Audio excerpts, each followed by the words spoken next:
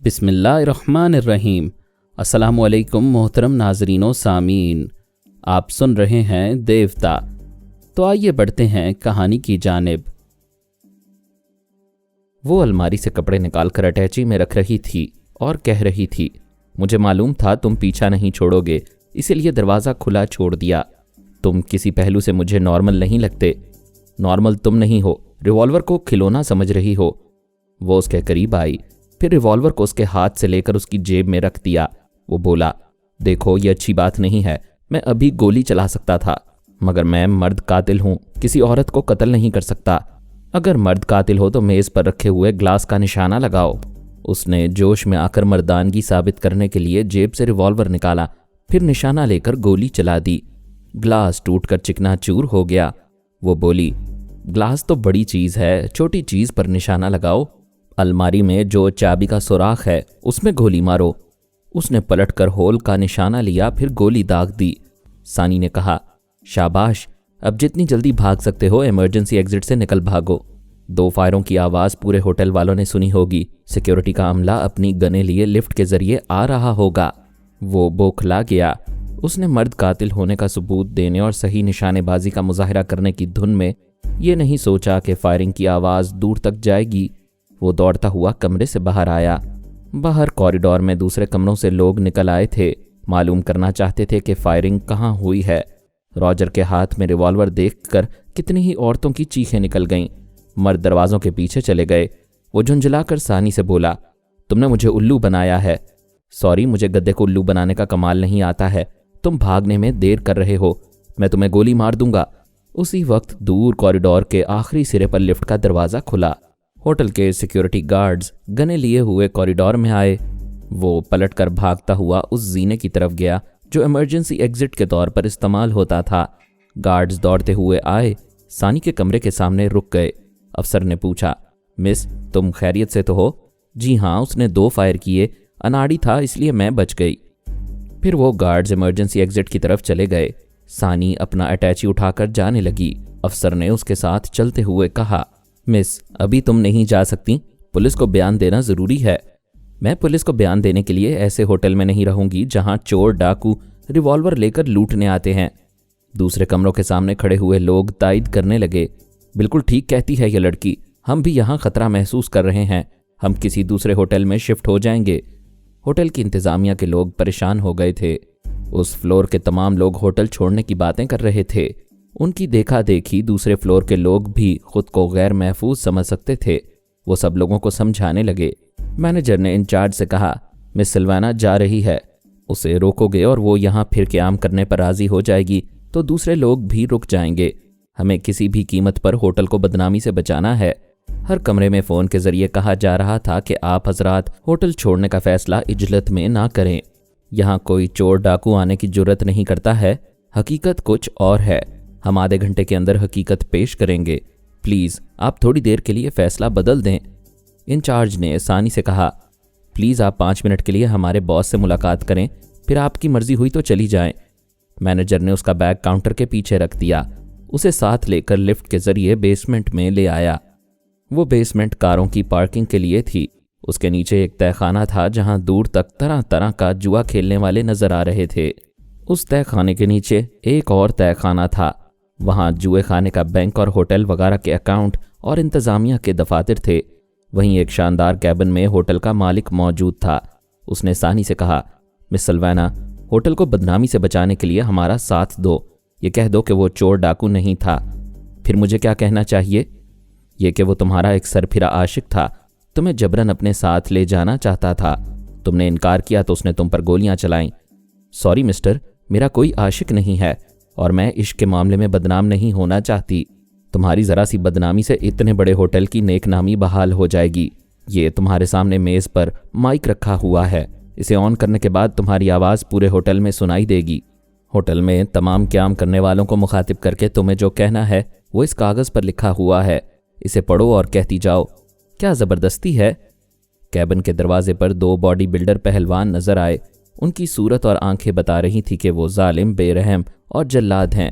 باس نے ریوالور نکال کر دکھاتے ہوئے کہا، یہ تمہاری ہڈیاں توڑ دیں گے، اگر چلانا چاہو گی تو میں گولی مار دوں گا۔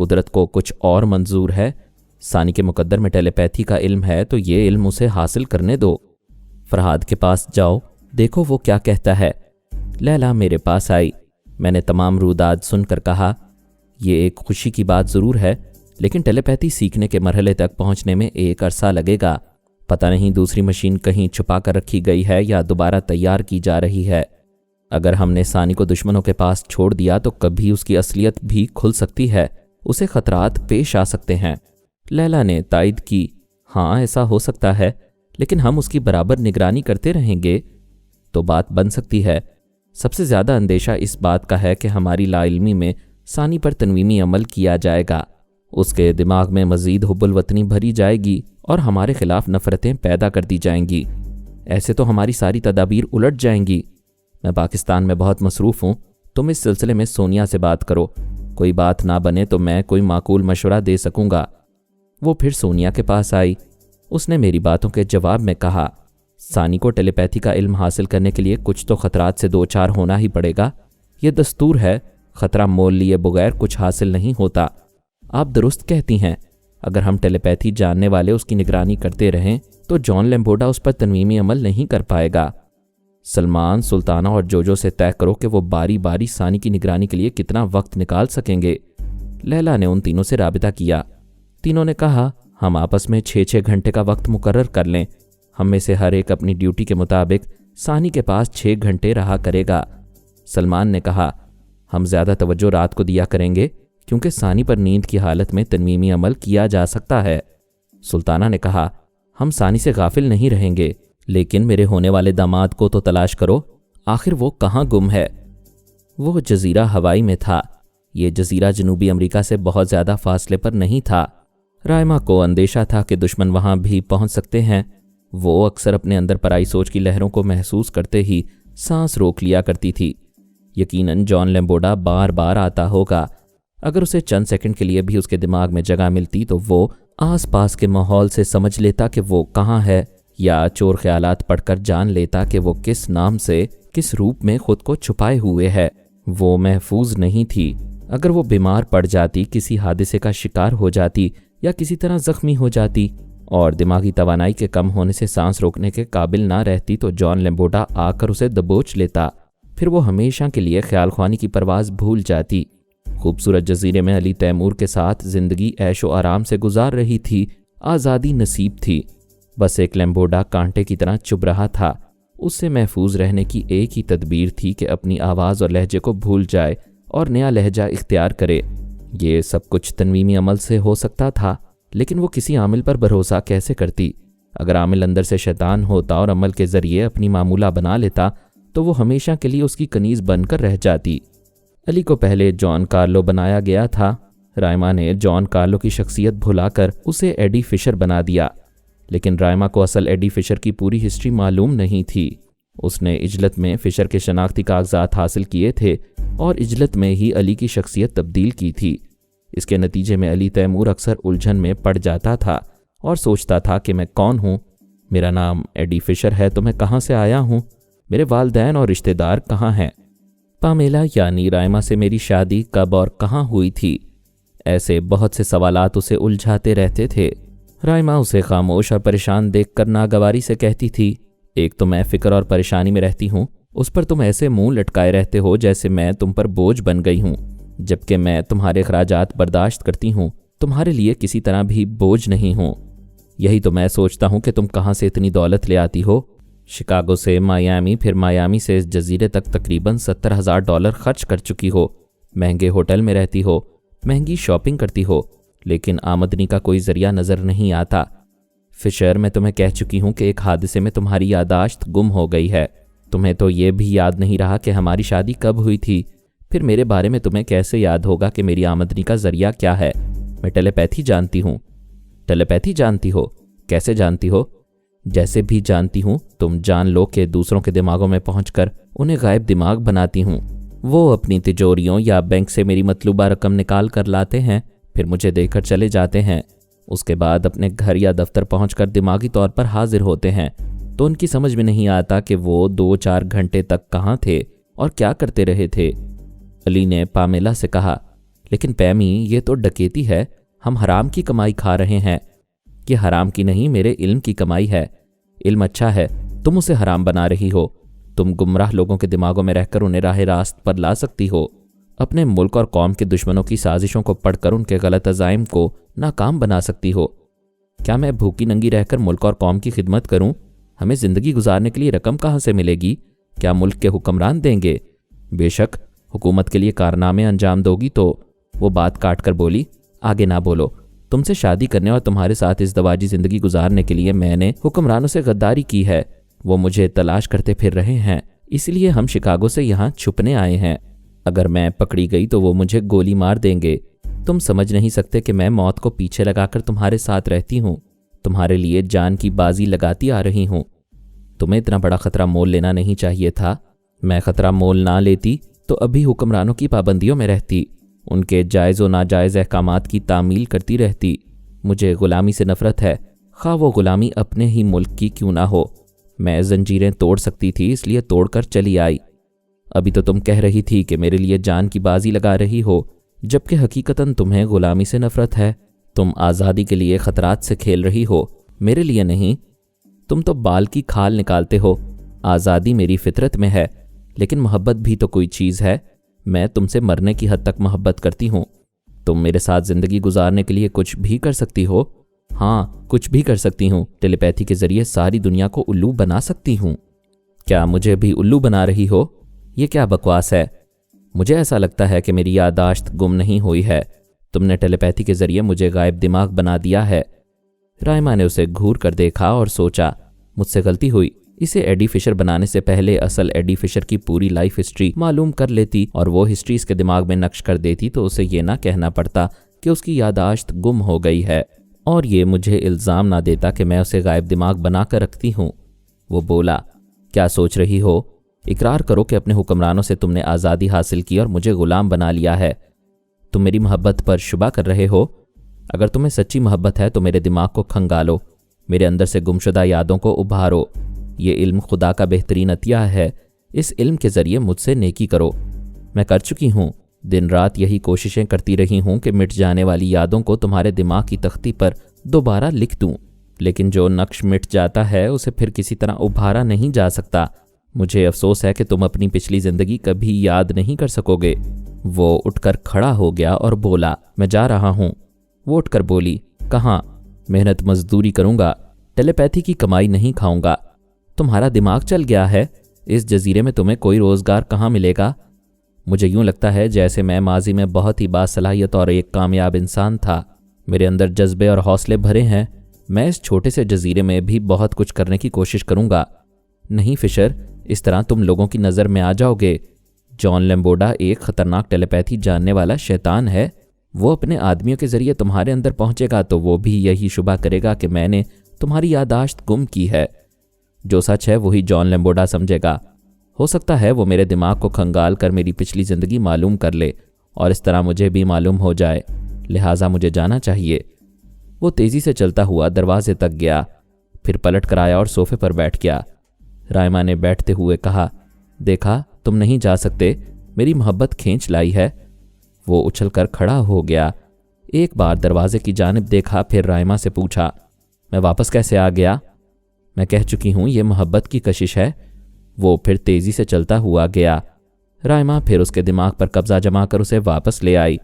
وہ صوفے پر بیٹھ کر بولا، آج تم نے ثابت کر دیا ہے کہ میرا دماغ تمہارے کنٹرول میں ہے۔ تم محبت نہیں کرتی ہو، مجھ سے غلامی کرواتی ہو۔ تم فضول باتوں میں میرا وقت ضائع کر رہے ہو۔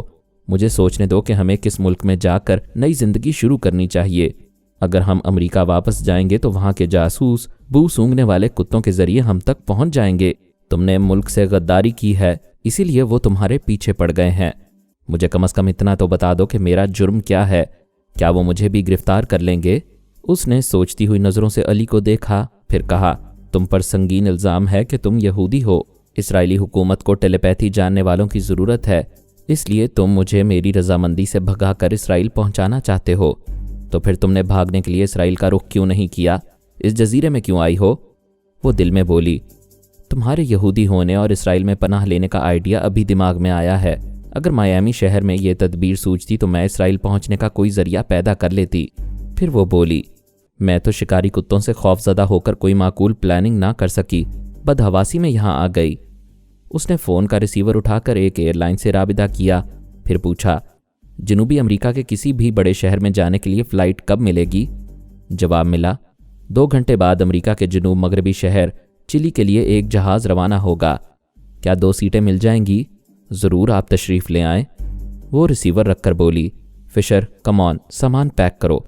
علی خاموشی سے اٹیچی میں ضروری سامان رکھنے لگا۔ وہ آسانی سے پیچھا نہیں چھڑا سکے گا، یہ بات اس کی سمجھ میں آ گئی تھی۔ وہ بڑے صبر اور تحمل سے مناسب موقع دیکھ کر نجات حاصل کرنا چاہتا تھا۔ وہ شام کو چلی پہنچ گئے۔ رائما سیدھی اسرائیلی سفیر کی رہائش گاہ میں پہنچی۔ سیکریٹری نے کہا، سوری میڈم، صاحب مصروف ہیں، آپ کو ملاقات کا وقت مقرر کر کے آنا چاہیے۔ رائما نے اسے مسکرا کر دیکھا، اس کے اندر پہنچ گئی۔ وہ گھوم کر اندر گیا، سفیر سے بولا، ایک میاں بیوی آپ سے ملنے آئے ہیں۔ وہ سیکریٹری کو گھور کر بولا، تم جانتے ہو میں اپوائنٹمنٹ کے بغیر کسی سے نہیں ملتا۔ رائما سیکریٹری کو چھوڑ کر سفیر کے اندر پہنچ گئی۔ وہ تیزی سے چلتا ہوا بیرونی دروازے پر آیا، پھر بولا، سوری، آپ کو انتظار کی زحمت ہوئی، تشریف لائیں۔ سیکریٹری حیرانی سے دیکھنے لگا۔ سفیر رائما اور علی کو اپنے ڈرائنگ روم میں لایا۔ سیکریٹری سے بولا، باہر جاؤ اور کسی کو اندر نہ آنے دو۔ سیکریٹری کے جانے کے بعد رائما نے اس کے دماغ کو آزاد چھوڑ دیا۔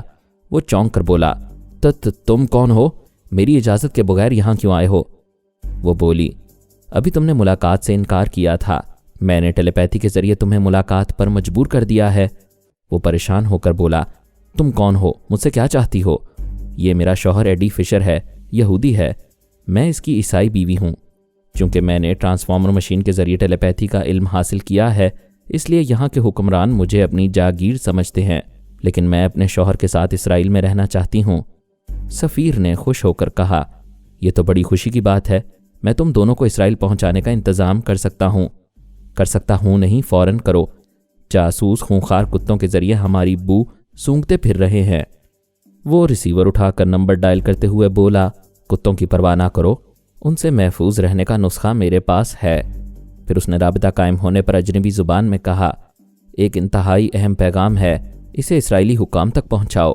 رائما وہ اجنبی زبان نہیں سمجھتی تھی، مگر اس کے دماغ سے ترجمہ سمجھ رہی تھی۔